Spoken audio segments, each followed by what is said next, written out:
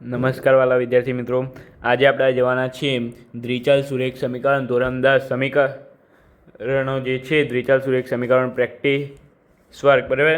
એમાં આપણે practice work ગણિત સ્ટાન્ડર્ડ દ્વિચલ સુરેખ સમીકરણો સ્વાધ્યાય 4.1નો પ્રશ્ન નંબર 1 અહીંયા તમને આપેલો છે કે ABCની તમારી આગળ કઈ રકમ છે અને કીધું છે ABCની કિંમતો તમને શોધવાની કીધી છે, બરાબર ને મિત્રો. તો આપણે ABCની કિંમતો આપણે અહીંયા આજે શોધવાના છીએ. તો અહીંયા પહેલું છે 5x + 3y, બરાબર. એક જ મિનિટ મિત્રો.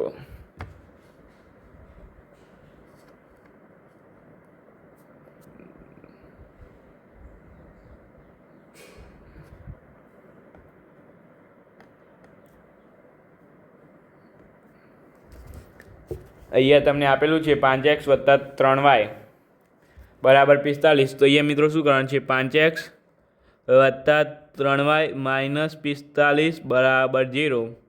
અને અહીં આને A કહેવાય, આને B કહેવાય અને આને C કહેવાય. તો A બરાબર 5, B બરાબર 3 અને C બરાબર -45, બરાબર મિત્રો. આ રીતે ખબર પડી ગઈ. હવે ક્વેશ્ચન નંબર 2 જોઈએ. તો 0.3x - 0.8y માઇનસ પ્લસ થઈ જશે, આ બાજુ આવશે તો 0.4 બરાબર 0. હવે આને A કહેવાય, આને B કહેવાય, આને C કહેવાય.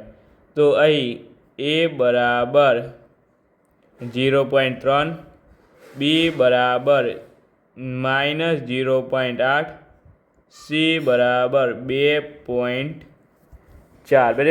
આ રીતે દર્શાવવાનું છે. એકદમ સહેલામાં સહેલું છે. હવે આને આપણે દર્શાવીએ અહીંયા. તો અહીં થશે x - 2/5y -10 બરાબર 0. તો અહીં આગળ કંઈ નથી, તો અહીંયા 1. A બરાબર 1, B બરાબર -2/5, C બરાબર -10, બરાબર મિત્રો. ખબર પડી ગઈ. હવે ચોથો ક્વેશ્ચન જોઈએ. તો અહીં તમારે લખી દેવાનું πx - 3y -18 બરાબર 0, બરાબર. અહીં A બરાબર π, B બરાબર -3, C બરાબર -18.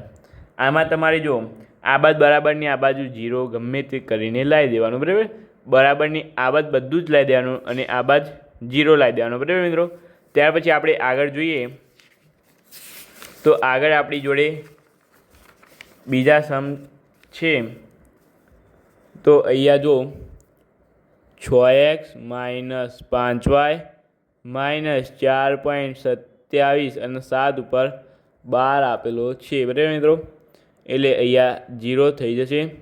હવે A બરાબર 6, B બરાબર -5, C બરાબર -2.27 ઉપર નહીં, પરંતુ 2 અને 7 એક ઓનલી ફોર 7 ઉપર 12, બરાબર.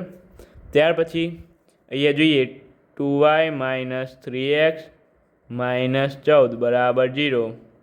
તો અહીં A બરાબર, હવે મિત્રો હલવાણ્યા અહીં આ તો લખ્યું, હજુ આ x વાળું પદ હંમેશા આગળ આવે અને y વાળું પદ હંમેશા બીજા નંબરે આવે. એટલે -3x + 2y -14 બરાબર 0 આમ આવે. એટલે A બરાબર આ x વાળું પદ હંમેશા પહેલું આવે, y વાળું બીજું આવે અને અચળ પદ છેલ્લે આવે, બરાબર.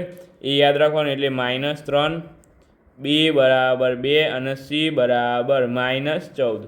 તો આ રીતે તમારે આવી શકવાની સંભાવના છે, બરાબર. અહીં તમને આ સમ આપ્યો છે. તો અહીંયા તમે શું કરશો? હવે તો અહીંયા x + 5 આને અંદર લઈએ -y બરાબર 0. હજુ આપણે આને આ રીતે કરવું પડશે, બરાબર. કારણ કે આ y પાછળ છે એટલે એક્સ માઇનસ વાય પ્લસ 5 બરાબર 0.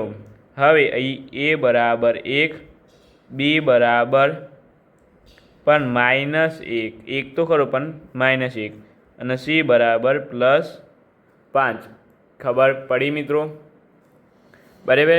ત્યાર પછી ક્વેશ્ચન નંબર 8 જોઈએ તો અહીં એ જ પ્રકારે છે પરંતુ 3x - 2y -1.5 અહીંયા પોઈન્ટ નીચે કરજો બરાબર 0. અહીં પોઈન્ટ નીચે કરજો ને કે અહીંયા ગુણાકારમાં આવશે પછી બરાબર 1 × 5 બરાબર એમ આવશે એટલે એ નહીં સારું લાગે. અહીંયા પોઈન્ટ આટલે કરી લેજો તમે બરાબર.